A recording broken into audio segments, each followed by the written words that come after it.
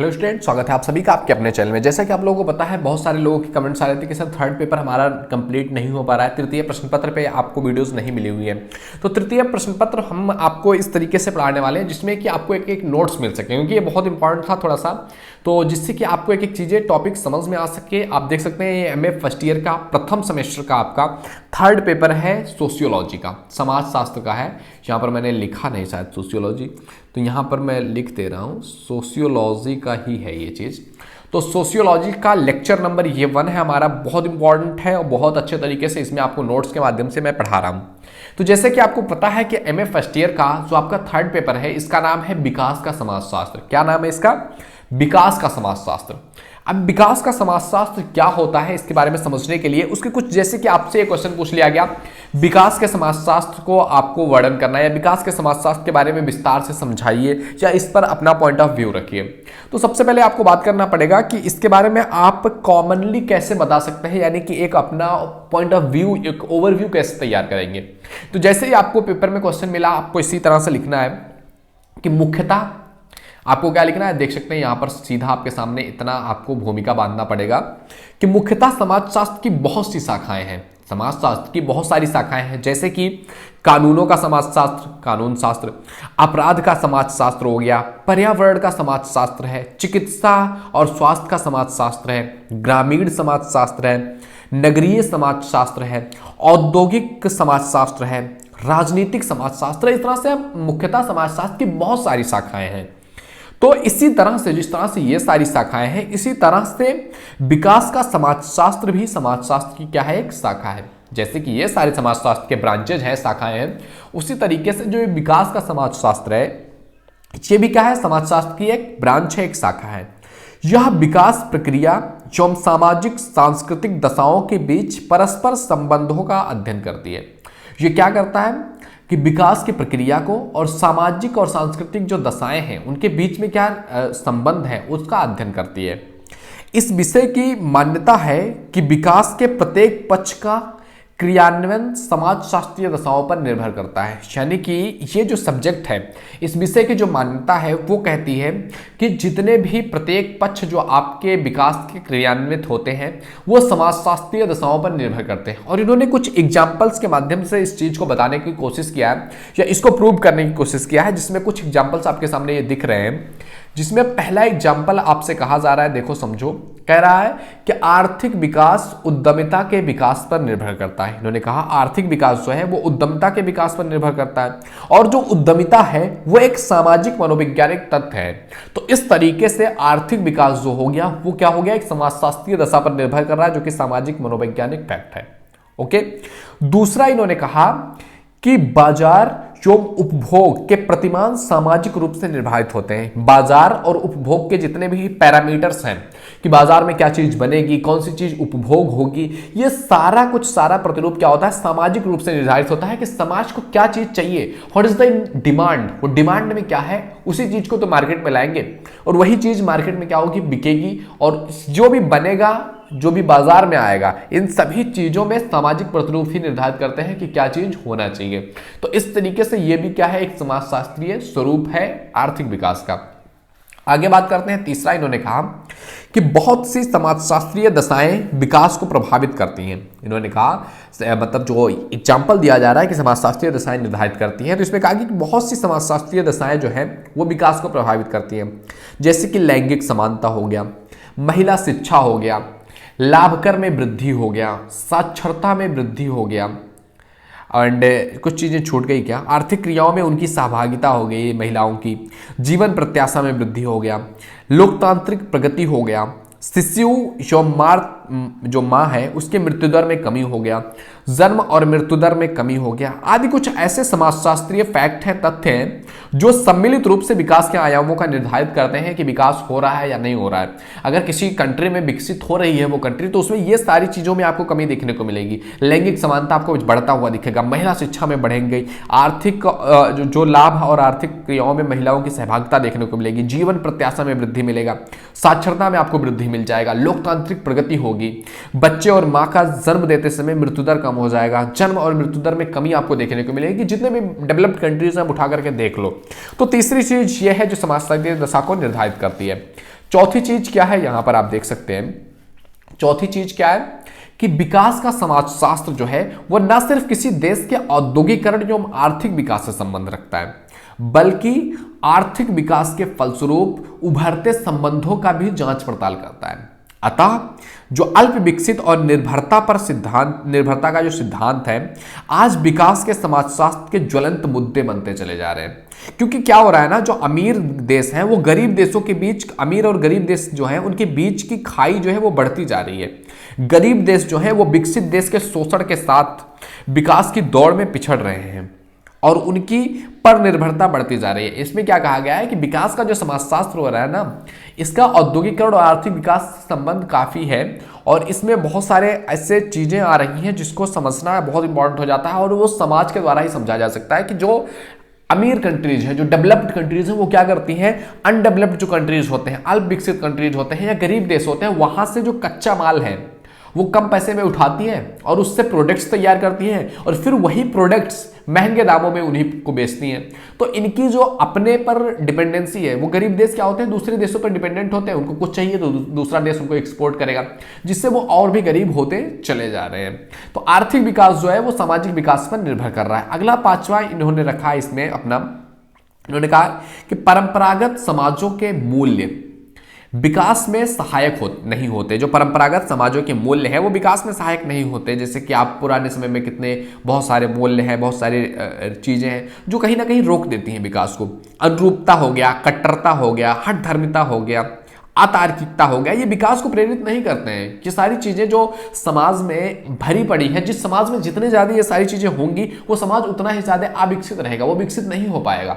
और जिसने इसको छोड़ करके अपने आप को आगे बढ़ा लिया वो समाज विकसित हो जाता है। तो कहीं ना कहीं देश के विकास के पीछे उसकी सामाजिक दशाओं का, समाजशास्त्रीय दशाओं का भी बहुत ज्यादा योगदान रहा है। विकास की सहज गति के लिए जो है आधुनिकीकरण एक आधारभूत पूर्व आवश्यकता है।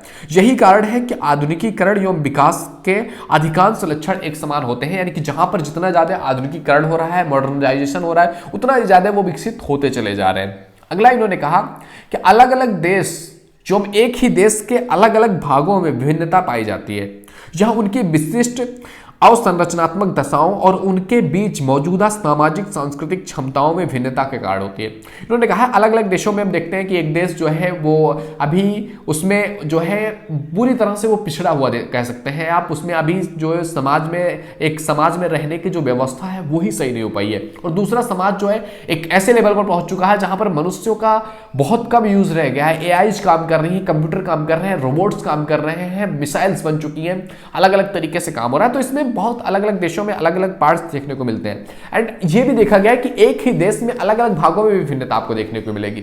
आप देखोगे, आप इंडिया की बात कर लो, इंडिया में कई सारे ऐसे क्षेत्र हैं जहां पर गांव है, गांव को उठा करके देख लो और सिटीज को उठा करके देख लो, दोनों में जमीन आसमान का फर्क है।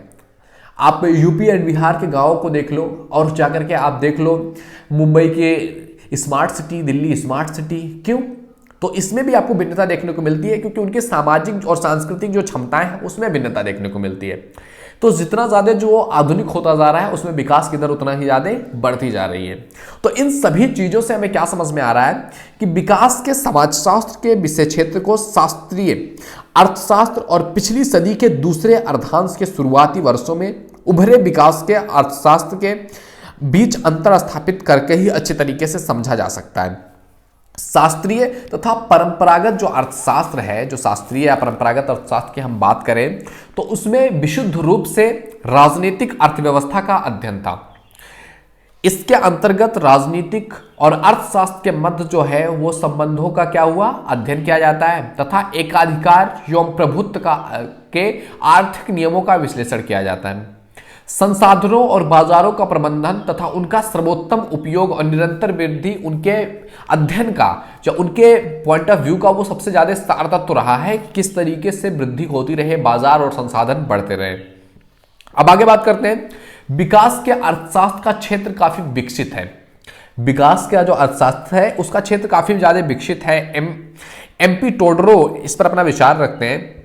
एमपी टोडरो के अनुसार विकास के अर्थशास्त्र को उपलब्ध दुर्लभ उत्पादक संसाधनों के प्रभावी आवंटन तथा समय के साथ उनकी सतत वृद्धि के साथ ही साथ ही साथ सार्वजनिक व निजी क्षेत्रों में आर्थिक, सामाजिक और संस्थागतात्मक जो प्रणाली है उस पर भी ध्यान देना बहुत जरूरी है, क्योंकि ये चीजें कहीं ना कहीं इंपैक्ट करती हैं कि कौन सा देश विकसित होगा, कौन सा जगह विकसित होगा, कौन सा नहीं। यह अफ्रीका, एशिया और लैटिन अमेरिका के गरीबी, कुपोषण और असाक्षरता में ग्रस्त लोगों के जीवन स्तर में तीव्र और व्यापक सुधारों की आवश्यकता है। यानी कि अगर आप इसको पॉइंट ऑफ व्यू को ध्यान रखते हैं तो अफ्रीका हो गया, एशिया हो गया या लैटिन अमेरिका के जो गरीबी, कुपोषण और असाक्षरता में ग्रस्त लोग हैं उनके जीवन स्तर में तीव्र और व्यापक सुधारों की आवश्यकता है, जिससे कि वो विकसित कंट्रीज हो पाएंगे। इस प्रकार विकास का अर्थशास्त्र संरचनात्मक और विकासात्मक रूपांतरण तथा मानव विकास से संबंधित है कि जब तक लोग विकसित नहीं होंगे तब तक वो समाज कैसे विकसित हो सकता है। कोई भी समाज तभी विकसित होता है जब उसके जो है लोग विकसित होते हैं। जब लोगों में स्किल्स आएगा, लोग आगे बढ़ेंगे, लोग आधुनिक होंगे तो समाज अपने आप चेंज होगा, देश अपने आप विकसित होगा। कहते हैं एक देश उतना ही मजबूत होता है, उतना ही पावरफुल होता है जितना उसका एक नागरिक पावरफुल होता है। कहते हैं ना, एक साइकिल का या एक बाइक का, एक गाड़ी का चेन उतना ही मजबूत होता है जितना कि उसकी सबसे कमजोर कड़ी, क्योंकि सबसे कमजोर कड़ी टूटी तो पूरा चैन टूट जाएगा। तो इसीलिए कहा गया है इस चीज को। टोडरो जो है वो इस बात में पूरी तरह से सहमत है कि अर्थशास्त्र एक सामाजिक विज्ञान है। इन्होंने कहा है कि अर्थशास्त्र क्या है, एक सामाजिक विज्ञान है, क्योंकि ये चीजें जो भी अर्थशास्त्र है या आर्थिक विकास हो रहा है वो कहीं ना कहीं समाज पर आधारित है। तो अर्थशास्त्र क्या है, एक सामाजिक विज्ञान है। यह मानव जीवन तथा समाज की व्यवस्थाओं से संबंधित है कि क्योंकि जितना ही आर्थिक दशाएं बेहतर होगी उसका सामाजिक जीवन बेहतर होगा, उसका राजनीतिक जीवन बेहतर होगा। तो कहीं ना कहीं यह मानव जीवन और समाज की व्यवस्था से संबंधित है, जिसके माध्यम से व्यक्ति अपनी मूलभूत भौतिक आवश्यकताएं जैसे कि भोजन हो गया, वस्त्र हो गया, आवास हो गया तथा जो अभौतिक आवश्यकताएं जैसे शिक्षा हो गया, ज्ञान हो गया, आध्यात्मिक संतुष्टि हो गया, इनकी पूर्ति के लिए अपनी क्रियाओं को संगठित करता है। अर्थशास्त्र न तो पूरी तरह से वैज्ञानिक होने का और न ही अपनी सार्वभौमिक सत्यता का दावा करता है। सबसे बेहतरीन बात जो अर्थशास्त्र की लगती है या उसको एक नेक्स्ट लेवल पर लेकर के जाती है वो है कि अर्थशास्त्र कभी भी ये नहीं कहता मैं पूरी तरह से वैज्ञानिक हूं, न ही अपनी सार्वभौमिक सत्यता का दावा करता है कि मैं हमेशा सत्य हूं। क्योंकि जो चीज एक पॉइंट ऑफ व्यू पर रिजिड हो गई कि हाँ मैं ही सत्य हूं, उसमें बदलने का, उसमें बदलाव करने का, उसमें ग्रोथ करने का स्कोप ही रुक जाता है। तो इसीलिए अर्थशास्त्र चाहे आगे बढ़ते जा रहा है या आर्थिक स्थितियां आगे बढ़ती जा रही है क्योंकि उसने कभी इस तरह का दावा नहीं किया। अतः अर्थशास्त्र अपने अनुसंधानों और विश्लेषणों को उनके संस्थागत, सामाजिक और राजनीतिक प्रसंगों से अलग नहीं कर सकता है, क्योंकि वो कहीं ना कहीं सामाजिक, राजनीतिक, आर्थिक जितने भी तथ्य हैं उन सभी पर कहीं ना कहीं वो टिका हुआ है। आगे बात करते हैं इसको लेकर के।